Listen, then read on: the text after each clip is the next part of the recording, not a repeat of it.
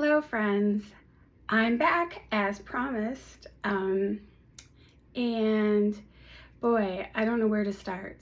So I've been working on a book to kind of just share what my childhood experience was like, and also how I have found healing as an adult, and how I have been able to uh, cope with the complex PTSD that I have due to growing up in the church, but also just growing up in my family, because my family was pretty dysfunctional.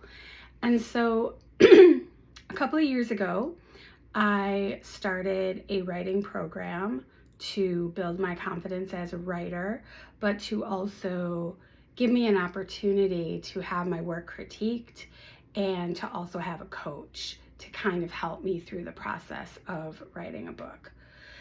When I started writing my Surviving Church and Childhood blog way back in 2017, so many people said to me, I read your entire blog in a weekend, you should really write a book.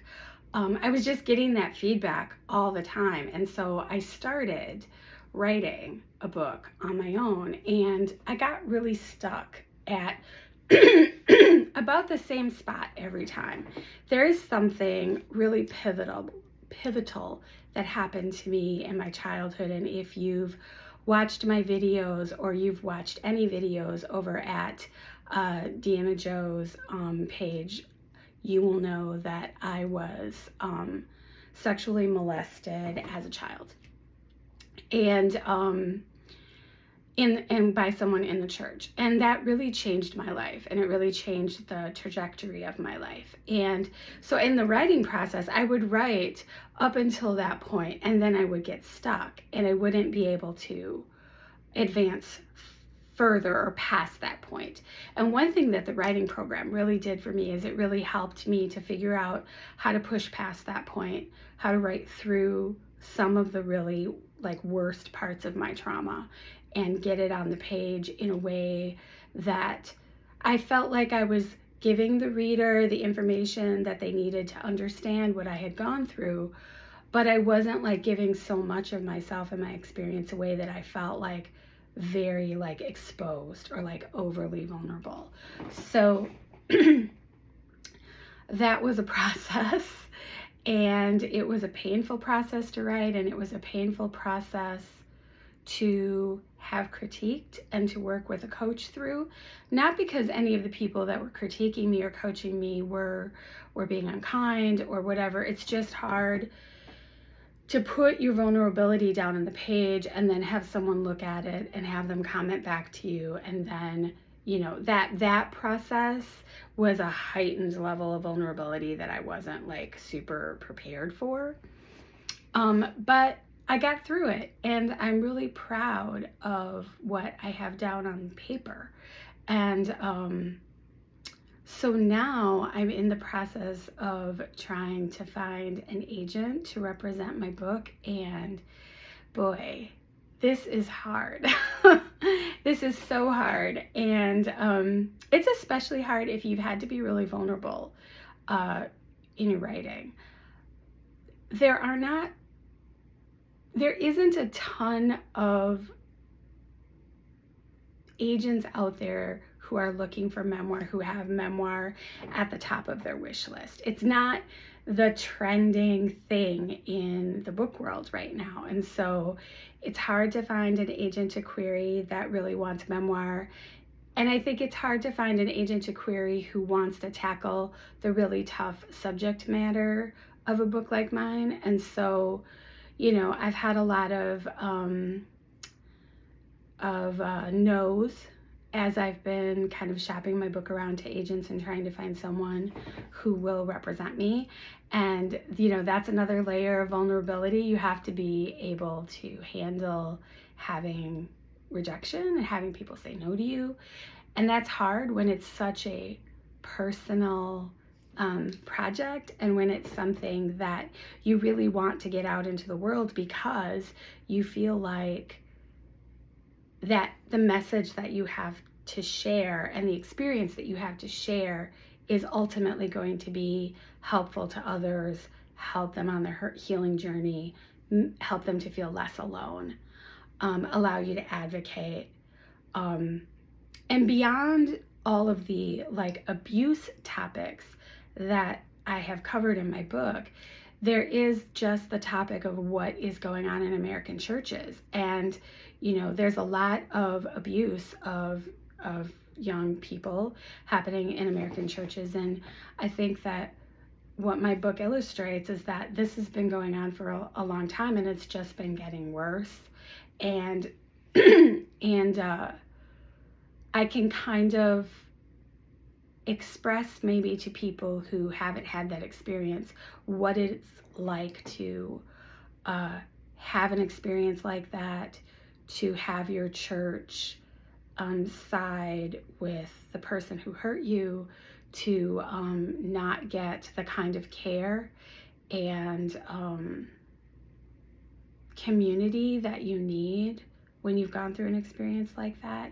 I don't think you can really understand how it feels unless you've been through it, but maybe if you can read about that experience, it can at least help a little bit, help you to understand what all of these young people are going through that are experiencing these really negative experiences within spirituality, within churches and other religious institutions. So right now, I'm in the process of trying to find an agent. I want to get the book out as quickly as possible, but I'm kind of at the mercy of the system. I could go and try to publish this at an indie publishing house where I probably wouldn't need an agent, but that does require substantially more money. A lot of people don't understand how the publishing industry works. If you publish traditionally, you're not putting money out in front. The publishing house is sort of banking on you. So they're going to give you an advance and hope that you sell enough books to make back that advance for them. In an indie publishing house, you have to put forward your own sort of front money to get your book out into the world. And I already spent a lot on going to school and sort of educating myself about writing, and being in this 2-year program was not an inexpensive venture. And so I really want to give traditional publishing a solid try before I decide to put the money out to do like indie publishing. It is, you know, it is hard. It is hard to wait because, like, even if you get an agent who's shopping your book around to traditional publishers, that doesn't mean that any of those publishers are going to want your book. And if you do get picked up by a publisher, it doesn't immediately go to press. Like, it takes a while. So this is all a really long process. And part of the reason I wanted to give this update is I do get asked a lot, when is your book coming out? When is your book coming out? And boy, I wish my book was coming out tomorrow. I wish I could tell you that you can go get it in the store now. I wish I could say that, but I just don't have a lot of control over it. And I just want you to know that I'm doing everything I can to make connections, to find people who I think would not only do a good job for me, but who have a passion for the kind of piece that I've written, who are really going to get behind me and try to help me in every way to make my book a success. So that's kind of where I am with that. I think that I have been struggling just like so many of us have been.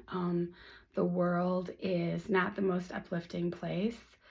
I'm very fortunate that I have an amazing therapist who specializes in the kind of trauma that I have, who is able to help me continue to unwind things that happened to me in childhood. You would think, being 55 years old, that I would have already unwound all of this and overcome all of this.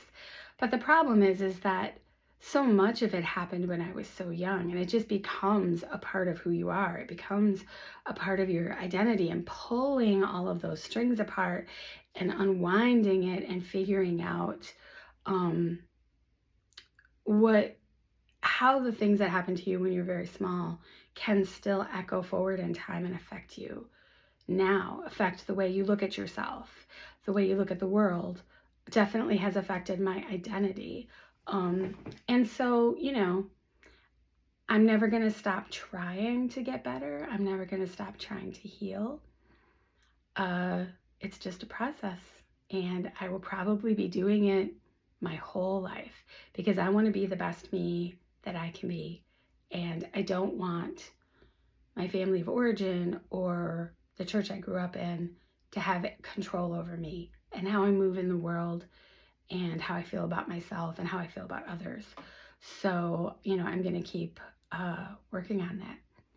And I guess if you're someone who has found my channel because you're a survivor, no matter where you are in your journey, I would really recommend, having a community around you that can help you heal. Therapy is not a bad thing. Therapists are not bad people. Um, sometimes sometimes church can make us feel that way. But if you need help, please reach out, try to get help.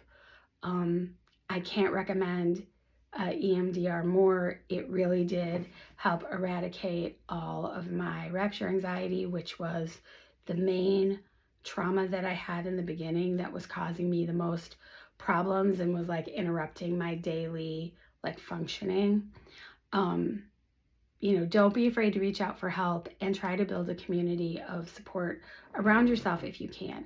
And if you don't have people where you live who can support you, please reach out to me because I'm always willing to answer questions about my own process of healing. I'm always willing to provide resources if I have them. So you can always reach me at survivingchurchandchildhood@gmail.com. And if you have questions about my book, or if you would like me to read a little bit of my book, just drop me an email or drop a comment, and I would be happy to do that. I think it would be fun. I haven't really shared my book in that kind of an open way since I started writing it, so it might be kind of nice to take the seal off and share it with you guys. So let me know what you think, and I'm going to try to be back next week, and hopefully I will have had the opportunity to interact with some of you and get some feedback about what kind of topics you would like me to address. I'm willing to talk about, toxic religious experiences, religious trauma, SA, just family dysfunction. I mean, I've spent a lot of time on the channel talking about what happened to me in church, but I had a very, very, very dysfunctional family. And part of what made my family experience so negative is that my mother had such bad mental health issues. And when you combine that with the extreme over-the-top religiosity, that can be a pretty terrible combination. It was bad for her. It was bad for me. It was bad for her marriage. My dad had his own problems, but I would be happy to talk about that too. So just let me know what you would like to hear more about, or ask me questions, and I'll get back to you guys. So I hope you have a good week. Enjoy this last week of September, and we'll talk again soon.